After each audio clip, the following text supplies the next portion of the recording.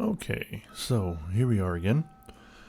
I had planned this out on a sheet of foam before, but I decided to kind of scrap all of that idea and then just kind of go ahead and kind of center it up. So I just turned it over, so I can save foam.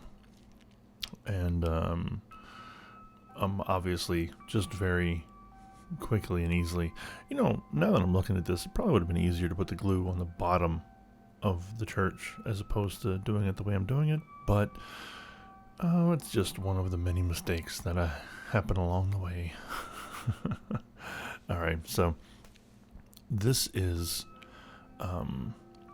Sculpted Mold. So I have a bunch of that stuff left over, so I kind of do the first run with a sort of a dry mix to kind of get the overall. I've also sanded down the foam, the surface of the foam a little bit to make sure it kind of sticks so it doesn't pop up on me. But yeah, I just kind of do this all the way around the outside of it. And then once it's dry, it's a thin layer, but then I come back with a much more watered down version. And then that's when I come back through and kind of fill in the gaps and some of the pits and stuff like that. I'm not trying to get smooth. I'm just trying to get a lot of that extra fingerprints and stuff like that out. Alright, so this is just a prime. I had a bunch of like linen color paint or light beige, whatever it's called. So I had a lot of it left over, and I went ahead and sort of made it kind of a warm gray. I don't know why I did that. I could have just left it the way it was, but I kind of watered it down a little bit and then just primed that whole thing up. Alright, so I use about maybe 5 or 6 different color paints here. I'm not going to list them all out. They're just varying shades of brown. And they lean to yellow or red. So I just kind of drip drop these things all over the place. I just kind of want it to be, mix and match, mix and match. There we go, all over the place. So obviously this is not how fast I paint. I wish I could, but this watered down little brush here is what I'm doing to kind of fill it all in. Again, I'm not trying for anything specific here. I'm just wanting to have, because a lot of ground, depending on where you are, it's pretty much going to be the same color. Either it's sort of dirt brown or, clay red, that type of thing. But, it is what it is. So now that I have that, this is I don't really remember what color it is. It's dark brown, like probably burnt umber, but it's really, really, really watered down. And so I'm just sort of, laying it down to kind of even out the tones. And the paper towel is just kind of, so it's not, I'm not getting too much of it, and I'm blending the lines as I'm doing it, because this paint is dry, so it's really soaking it up. So I want to make sure that I don't create too many extra values where I don't want them to be. So, but I'm leaving a lot of it there. But that's what the paper towel's for. Sorry, my voice is weird today. Alright, so there it is. With all of that really kind of on there. You can see the variation a little bit, but from camera, but you can see it a lot more, in person or whatever. So I'm doing the same thing to the inside. I do it last because I'm still, at this point, I still don't know what I'm going to do for the flooring. So I just, I paint it first. So this is just some flat black paint. I'm kind of dry brushing on the edges. I have this idea that essentially it's kind of helping create value, in shadow when it gets up close. And I'm thinking, again, this is the first time I've ever done like grass and stuff like that, so I'm thinking it kind of will help a little bit. So this is, what is it? Well, all the wires. There's the power cable and then the thing. This is from Woodland Scenic. So this is the first time I have ever done anything like grass related. So I'm just winging it here. So I have a bunch of stuff. I bought this stuff like last year and never got a chance to use it, but I found out through trial and error that the 2mm is just way too small for what I was using for this scale. So unfortunately, a lot of my various colors were in 2mm. So I ended up using a mix of the 4mm, which was sort of light green, and then the 7, which was like a yellow and green and kind of a medley of colors. But I don't know if this thing actually works really well. I'm not sure. As I say, it's the first time, so I don't really understand, but I'm just doing the best that I can. So, I put a little layer of glue on there, tacky glue, and then sprinkle it on. And it's pretty self-explanatory. I tried this a bunch of different times in a bunch of different ways. Most of the stuff was off camera because it was just, trying to figure out how to do it. But it looked like most of it was just kind of being thrown on the glue. It wasn't really sticking up. So I don't know if it's just what it does or if there's something wrong with the inverter on the thing that I have. Unfortunately, it's been sitting for a year, and so pretty much I'm kind of potentially screwed about trying to return it maybe, or as I say, it works. There's statics there, but it just a lot of the stuff just looks like it's kind of laying down, and I'm not really sure if that's what everybody gets, or if or if somehow my plastic work table is actually I don't know, grounding out. I have no idea. I'm just guessing here. I have no idea. But all I do know is that I was expecting one thing from all the stuff I saw online and getting what I think to be a different result. Now, I know that this thing has a 9-volt battery. You can use a 9-volt battery, but it will not work at all with a 9-volt battery, which probably indicates that there's something wrong with the thing. I don't know.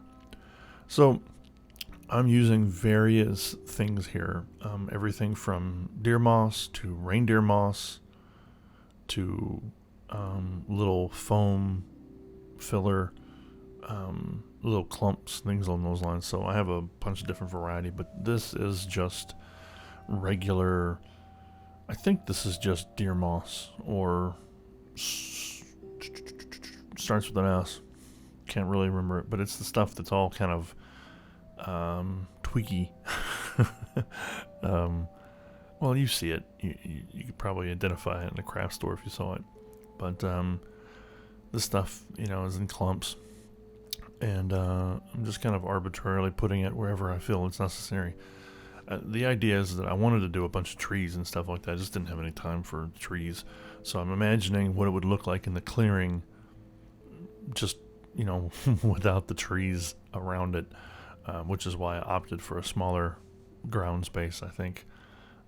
So, as I say, here we go again. I'm just, I like to do one layer at a time.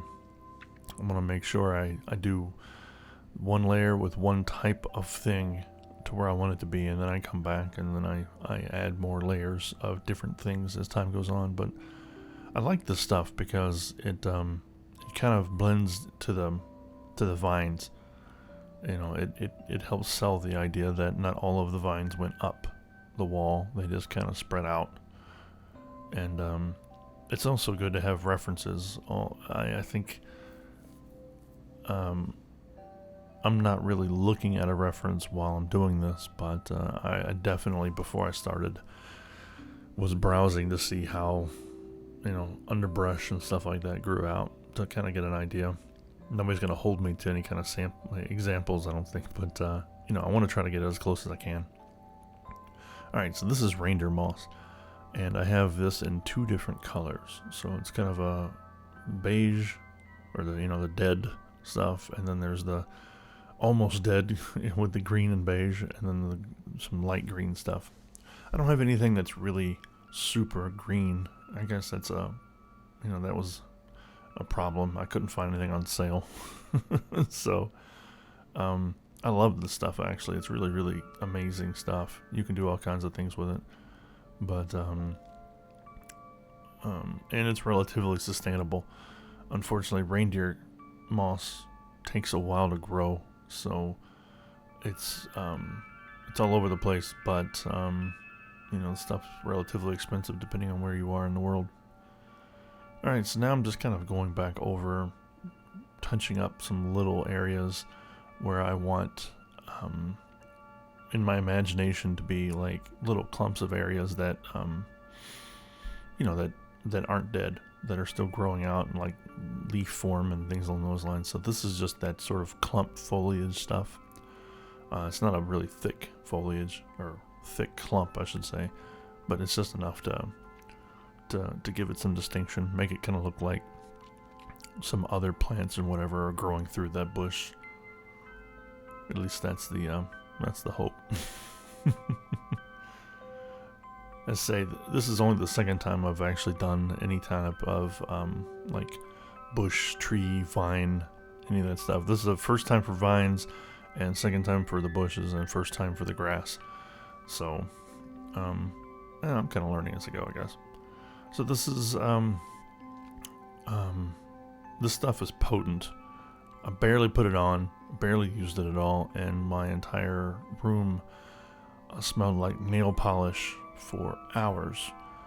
I would highly recommend not even doing this at all inside. I thought it would just be, doing it sparingly would be fine, but wow. I can say that after maybe 20 minutes, I no longer smelled it, but that's probably a bad thing. And so at one point I just like, I'm not smelling anymore. Okay, it's not that bad. I can just keep doing it. Yeah, that was a problem.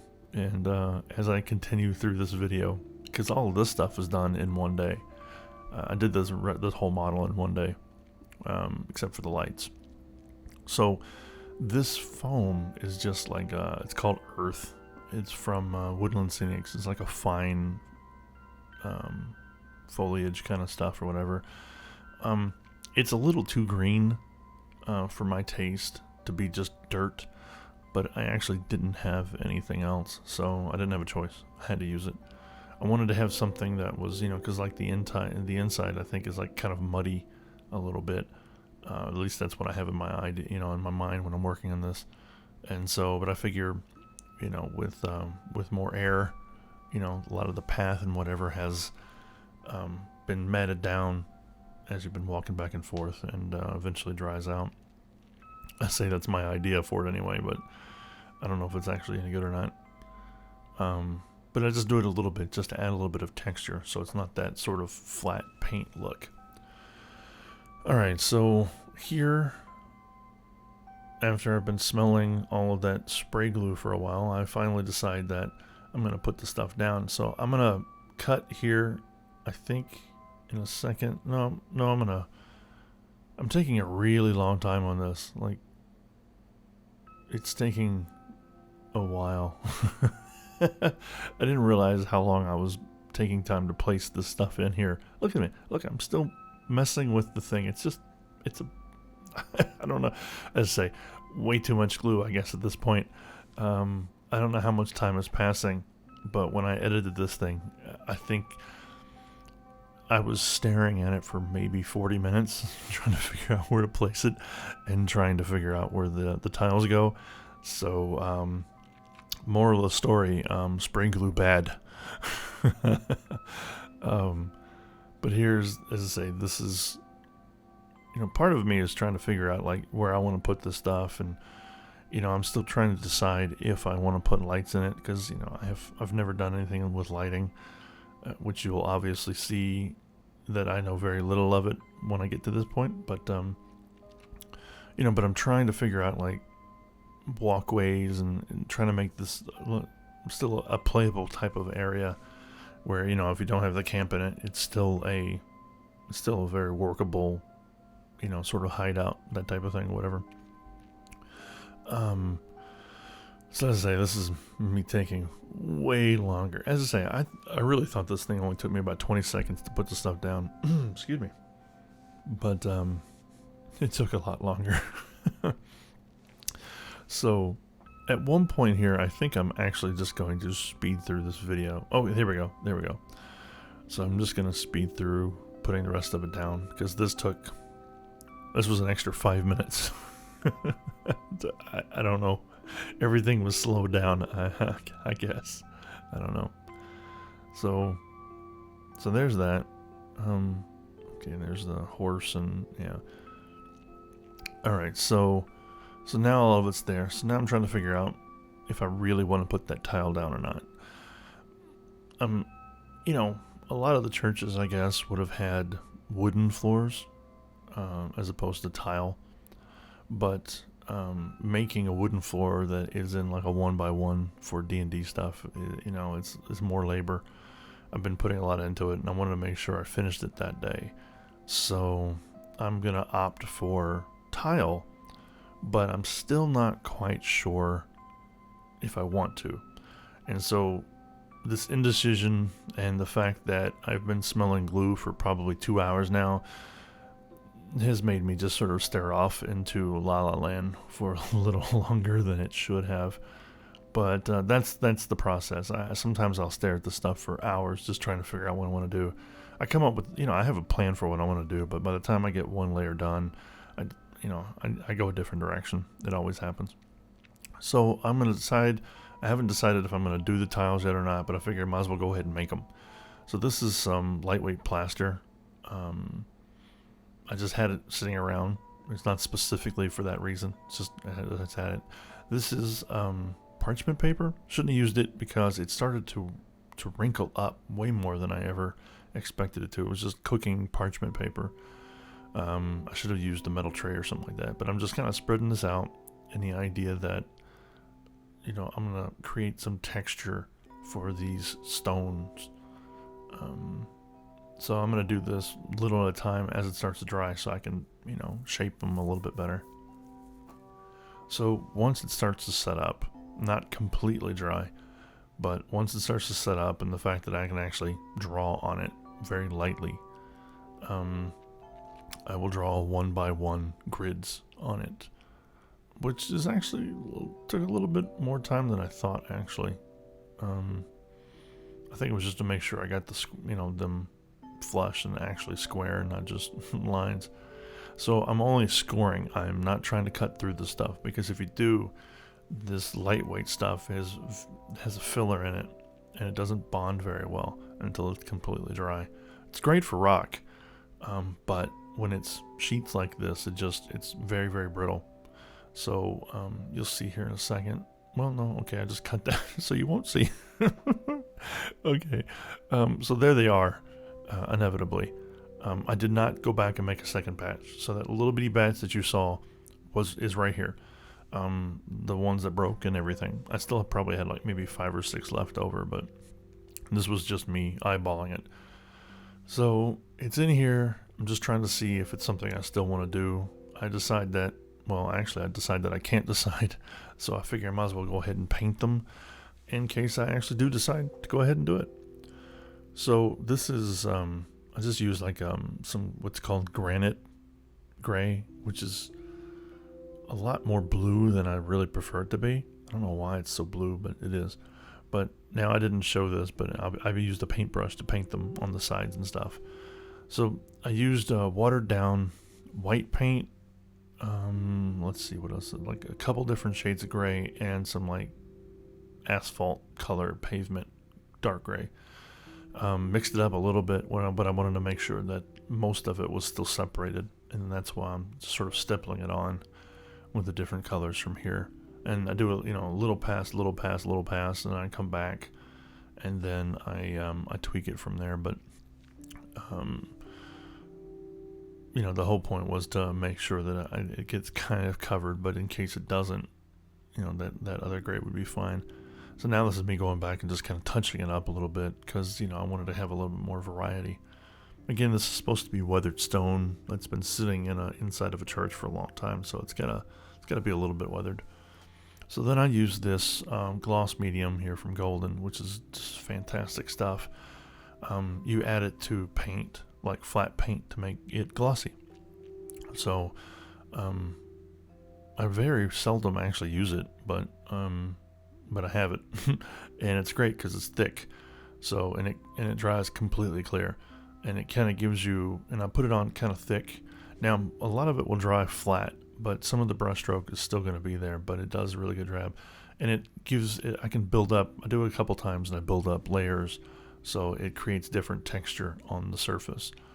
You don't really see it in the camera, unfortunately, but it's there. What was flat looks like, creekstone kind of thing. So this is me still not deciding to put the tile in, but at least trying to see where the tile goes.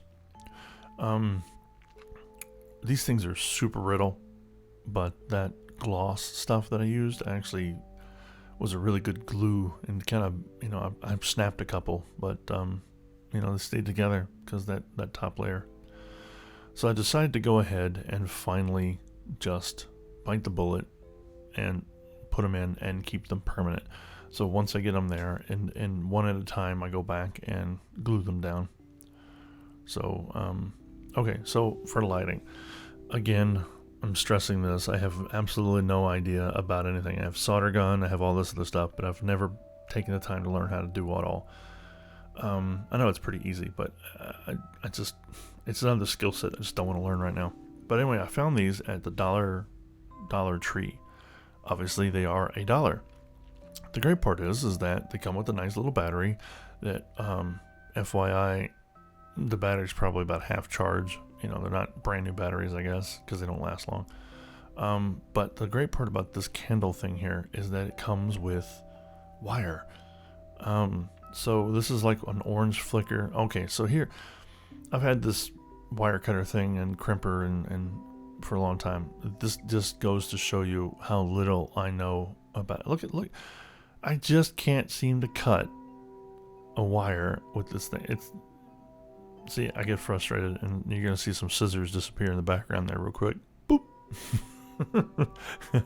And I just snip them. See, because these are actually soldered. And a lot of the lights they sell, they're not soldered. So I was a little pleasantly surprised, actually, by these. But the nice thing is that you get this 5mm LED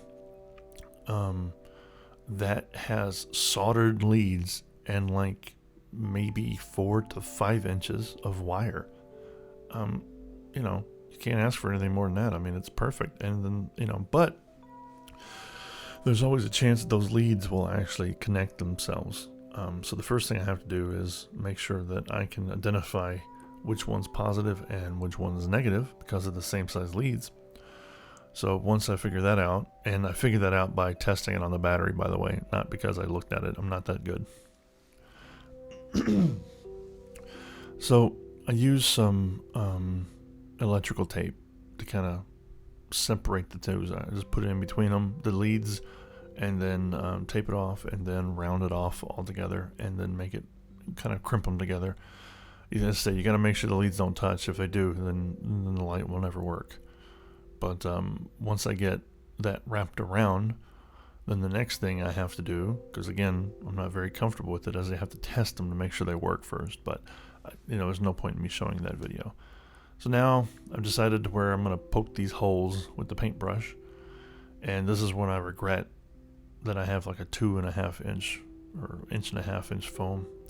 So I'm going to paint these because they're going to end up being the sticks that hold these torches or whatever, but you can't paint electrical tape. So I'm putting masking tape that will create some texture and allow me to paint it. And then I thus paint it brown with a little bit of stippling or whatever, dark brown, whatever, just to kind of make it look a little bit more like a stick sticking out of the ground. I figure it's not going to be that big of a detail, so I'm not really worried about it that much. And if I ever screw it up, I can pull it right out of the foam. Not a big deal.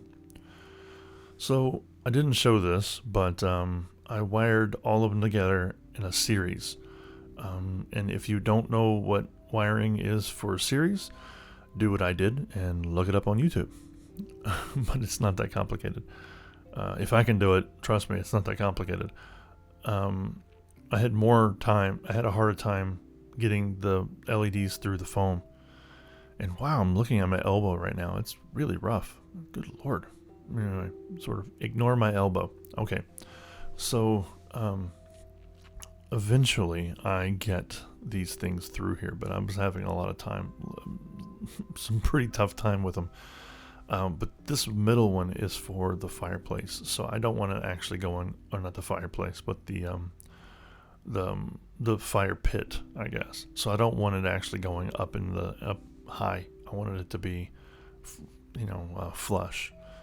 So these two leads don't connect for the battery, so I have to get a little extra wire to extend it. Now that I have the 3 LEDs connected to the same power source, I realize that the single battery won't actually power them. So I have to double up. I guess the batteries are in a series because the plus goes to the negative, so I guess that's a series. So I tape those together. Again, this is very crude, whatever I have from the, but I tape those together, and then I tape the positive and negatives together to attach them. And then that little piece of tape that's on there right now, the masking tape, is because I dug out a hole in the foam big enough for that battery to sit, sort of like a little compartment. So once I get this, now by the way, I've tested this like 2 or 3 times to make sure I get it on the right side, but once I get them all in there, then I just tape it down so it's kind of flush, so I can sit it back down and it's not there. See, so it's flashing, you can see it. It works. There's me pointing to it. See, hey, it works. Wow, that's amazing.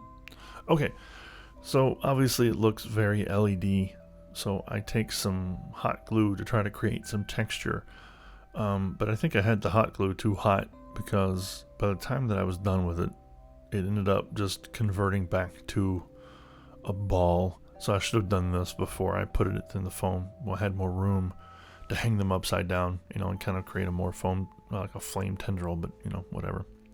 So the campfire thing comes with a clear acrylic thing, and so all I did was just push it into the foam over top of the LED, and it worked perfectly.